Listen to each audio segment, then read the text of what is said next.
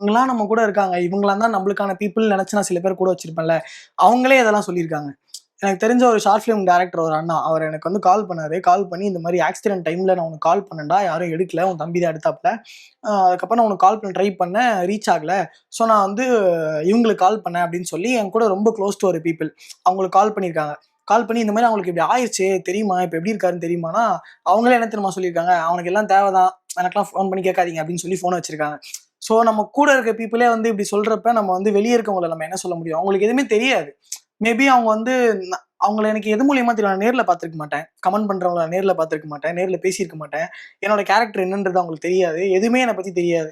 நான் ஏதோ பண்ணியிருக்க ஒரு ப்ராஜெக்ட்டையோ, இல்ல இந்த டிவிலயோ, இல்ல Instagramலயோ மட்டும் தான் என்ன பார்த்திருப்பாங்க. அத வச்சு என்ன ஒருத்தன் ஜட்ஜ் பண்ணி இவனுக்கு இதெல்லாம் ஆகியிருக்கணும்னு சொல்றான்னா, தப்பு என் மேல கிடையாது. ஸோ அத நான் வந்து அத பெருசா நான் எடுத்துக்கணுன்ற அவசியமும் எனக்கு கிடையாது. மேபி அவன் வந்து அந்த சைக்கோ ஆதிங்கிற கேரக்டர பார்த்திருக்கலாம். பார்த்து டென்ஷன் ஆயிருக்கலாம். ஏய் என்ன இப்படி நடிக்கிறான்? என்ன சைக்கோ மாரி இருக்கான்? இவனுக்கு எல்லாம் தேவைதான்டா அப்படின்னு நெனச்சிருக்கலாம். மேபி அவன் சீசன் 2 பார்த்து ச்சே இந்த பையனுக்கு இப்படி ஆயிடுச்சேன்னு நெனச்சிருந்தான்னா, மேபி பாசிட்டிவா கமெண்ட் பண்ணியிருப்பான். ஸோ அதனால அந்த நெகட்டிவ் கமெண்ட்ஸ்லாம் நான் எடுத்துக்கிட்டேன்னா, அது எனக்கு தான் வந்து ஒரு பெரிய பிரச்சனை. அதனால அத எல்லாமே நான் இக்னோர் பண்ருவேன்.